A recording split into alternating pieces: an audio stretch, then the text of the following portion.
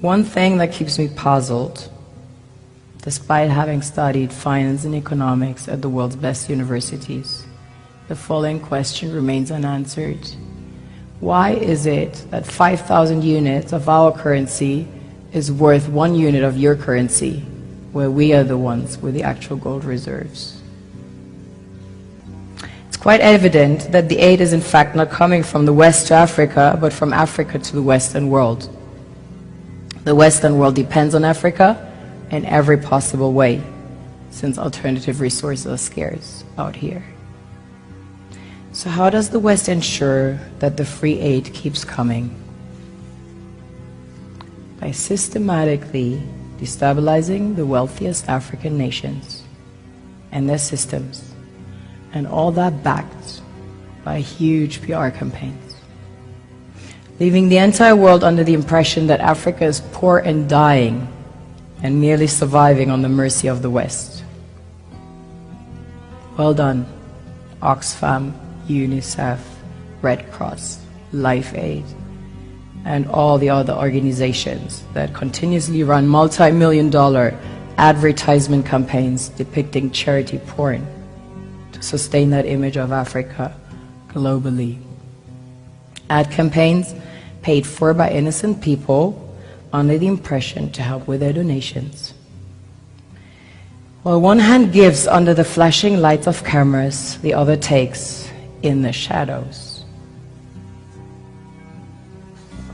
We all know the dollar is worthless, while the euro is merely charged with German intellect and technology, and maybe some Italian pasta.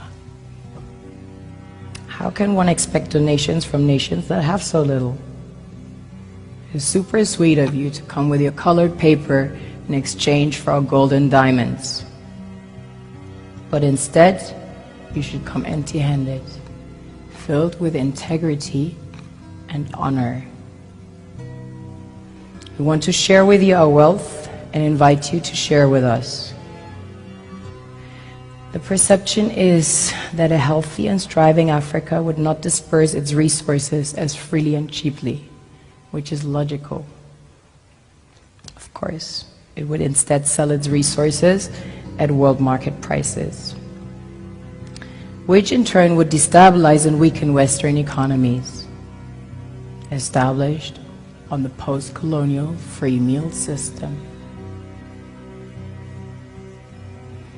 Last year, the IMF reports that 6 out of 10 of the world's fastest growing economies are in Africa, measured by their GDP growth. The French Treasury, for example, is receiving about $500 billion year in, year out, in foreign exchange reserves from African countries based on colonial debt they forced them to pay. Former French President Jacques Chirac stated in an interview recently that we have to be honest and acknowledge that a big part of the money in our banks comes precisely from the exploitation of the African continent. In 2008, he stated that without Africa, France will slide down in the rank of a third world power.